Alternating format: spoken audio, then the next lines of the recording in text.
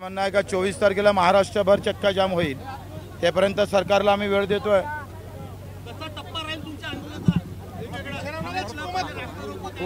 पुऱ्या महाराष्ट्रभर आम्ही किमान 2,000 किलोमीटर फिरायचं ठरलं आहे।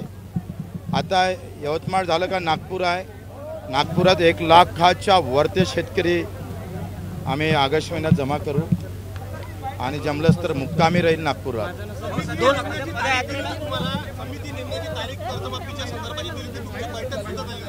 समिती नेमली नाही अजून, विधानसभेत नेमतो म्हणे, तर अजून आता कोणते 4-5 दिवस बाकी आहे। शेतमजुराचा विम्याचा प्रश्न राहिला, दिव्यांगाचं मानधन वाढायचं राहिलेलं आहे। आमच्या मेंढपाळासाठी त्यांनी 5 वर्त्याच्या वरते जे झाडं झालेले आहे तिथे ते चराईसाठी परवानगी देणार होते। मच्छीमाराची मीटिंग नितेश राणे वेगळे लावणार होते, ते अजून झालं नाही। मीटिंग घेतली पण इतिवृत्तच तयार नाही। अधिवेशन संपायला आलेलं आहे, या अधिवेशनाचा याचा काही संबंध नाही।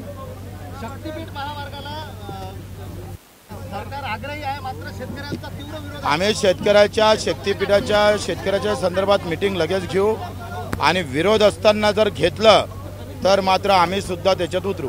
2 ऑक्टोबरला 2 तारखेला मंत्रालयात कशा पद्धतीने ट्रॅक्टरनं हा बरोबर भाऊ, ट्रॅक्टरनं सगळ्यांनी आपापला ट्रॅक्टर, शेतकऱ्याचा ट्रॅक्टर आणि डिझेल गाव करायचं, सरळ मुंबई।